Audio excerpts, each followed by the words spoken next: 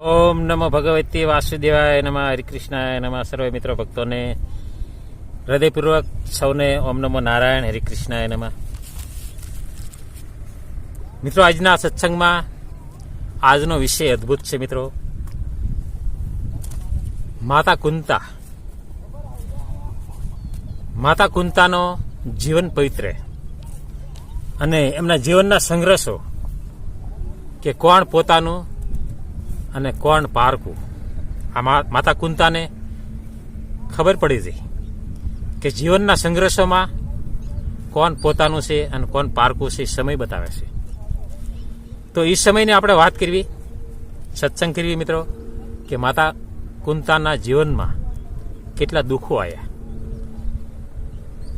પોતાના પારકા થઈને ઉભા રહ્યા. ધૃતરાષ્ટ્ર એટલે જે રાષ્ટ્રને ધૂતે એને નામ ધૃતરાષ્ટ્ર રાખવામાં કાંઈ વાંધો નહીં. આ ધૃતરાષ્ટ્ર એવો હતો. હવે નાના નાના પાંડવો બાળક હતા, પણ છતાં એને મારવાના પ્રયત્ન કર્યા કે આમને મારી નાખવું તો હસ્તિનાપુર સદાય મારી માટે, મારા દીકરાઓ માટે આ રાજ્ય રહે. હવે રાજ્યના લોભમાં પોતાના સંતાનોને એટલું દુઃખ આપ્યું છે ધૃતરાષ્ટ્રે કે કોઈની સીમા નહીં. યુવાન થયા અને ત્યારે પણ કેટલો પાંડવોએ વનવાસ ભોગ્યો અને જે ભરીસભામાં આ બાજી ખેલી એમાં સંપૂર્ણ વસ્તુ કપટ કરીને આ જે શકુની હતો, કપટી હતો, અને એવા પાસા બનાવ્યા કે સદાય કૌરવોની જીત થાય અને ભોળવીને આ બધું જીતી ગયા. ત્યારે દ્રૌપદીને પણ હારી ગયા દાવમાં અને ભરીસભામાં દ્રૌપદીના શિર લૂંટાણા. એ મિત્રો વિચાર કરો, પોતાની પુત્ર વધુને ભરીસભામાં પોતાના જ તે આવી એને પુત્રવધુને શિર હરણ કરે એટલે કેટલી વેદના થઈ છે આ માતા કુંતાને, એ તો એ જ જાણતા છે. અને એ સમયની અંદર ભગવાન શ્રી કૃષ્ણને 999 શિર પૂરવા પડ્યા હતા. મિત્રો, આ માતા કુંતા જ જાણે કે એની પર કેટલી વિપત્તિ પડી છે. કોઈ દિવસ સુખ ના આપ્યું આ ધૃતરાષ્ટ્રે અને એના પુત્ર 100 કૌરવે. ત્યારે મિત્રો આપણને એમ થાય કે પોતાના ક્યારે પારકા બની જાય, આ ધન દોલત હાટું થઈને એનું કંઈ કહી ન શકાય. મિત્રો, સમય બતાવે. સમય બલવાન નહીં પુરુષ બલવાન, કાબે અર્જુનને લૂંટીએ ઓહી ધનુષી બાણ.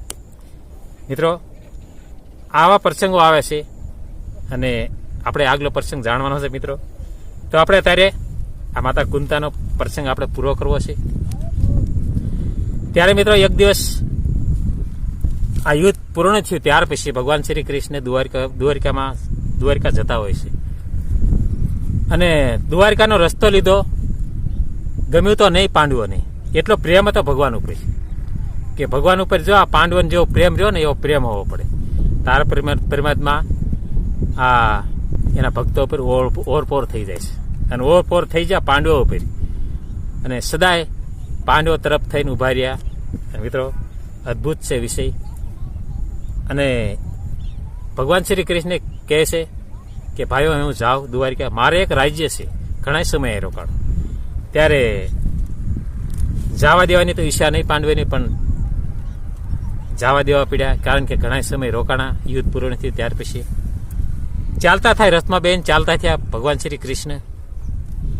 ત્યારે વિદાય આપવા માટે પાંડવો, દ્રૌપદી અને પાછળ આવે છે અને જ્યાં હસ્તિનાપુર પાદરમાં રથ જ્યો ત્યારે ભગવાન શ્રી કૃષ્ણને એમ થયું કે મારા ફોઈ ક્યાં હશે. મેં ઘણા જોયા પણ ક્યાંય દેખાણા નહીં.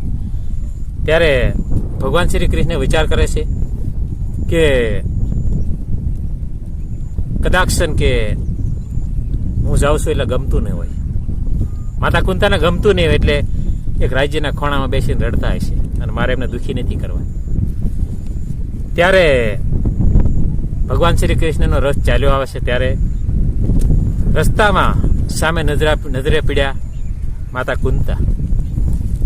હવે ભગવાન શ્રી કૃષ્ણે નજર કરીને ત્યાં જો સામે જોયું તો માતા કુંતા હતા. રથ નજીક લઈ જાય છે અને રથ ઊભો રાખવે છે. ત્યારે ભગવાન શ્રી કૃષ્ણ કહે છે, ફઈ તો સામા ઊભા છે, જેવું એમને વંદન કરી લો, પ્રણામ કરી લો અને થયું ઉલટું મિત્રો કે રથમાંથી ભગવાન શ્રી કૃષ્ણ આમ પગ હેઠો મૂકી દોડીને માતા કુંતા ભગવાન શ્રી કૃષ્ણના ચરણોમાં દંડવત પ્રણામ કર્યા. ત્યારે મિત્રો ભગવાન શ્રી કૃષ્ણ કહે છે કે હા ફોઈ, હું તમને પ્રણામ કરું, દંડવત પ્રણામ કરું એ યોગ્ય છે. તમે મારા ફૂઈ છો, તમારીથી મને દંડવત પ્રણામ ન કરાય. ભાઈ આ તમે શું કરો છો? ત્યારે માતા કુંતા કહે છે કે કનૈયા, હું તને ઓળખી જઈશું, હું તને ઓળખી જઈશું કે તું કોણ છો એમ. ત્યારે ભગવાન શ્રી કૃષ્ણને એમ થયું કે ભાઈ મને ઓળખી જાય છે કે હું કાંઈ જશોદાનો દીકરો નથી, દેવકીનો દીકરો છું. કદાચ ભાઈને એવું લાગ્યું છે, પણ કે ના કને એવું નથી, હું તને સંપૂર્ણ ઓળખી દઈશ, તું કોણ છો એમ. તો ઓળખી જાય મને કહો તો ખરા, કેમ તમે મને ઓળખી જશો? તો કૃષ્ણ સાંભળ કે પરિસભામાં મારી પુત્ર વધુ દ્રૌપદી એના જ્યારે શિર કૌરવ લૂંટ્યા, દુશાસન શિર ખેંચતો હતો, ત્યારે શિર પૂરવા માટે તું આવ્યો હતો. અને ત્યારે મારી પુત્ર વધુને બસાઈ પણ તે. અને મારા પુત્રો આટલા યુદ્ધ ખેલ્યા, સદાય તેને હારી રહ્યા. અને આટલા મારવાવાળા મારા દીકરાઓને આવ્યા, પણ સદા મારા દીકરા 5નો એક વાળ પણ વાંકો તે થવા દીધો નથી. હું તને કેમ ન ઓળખી જાઉં કે તું આ જગતનો અધિપતિ છો, આ જગતનો પરમાત્મા છો. ત્યારે ભગવાન શ્રી કૃષ્ણ કહે છે કે ભાઈ મને ઓળખી તો જ્યાં છે, હવે મારી રમત કાંઈ ચાલશે નહીં. તો કુંતા, આજથી આપણા સંબંધ પણ અલગ થઈ ગયા.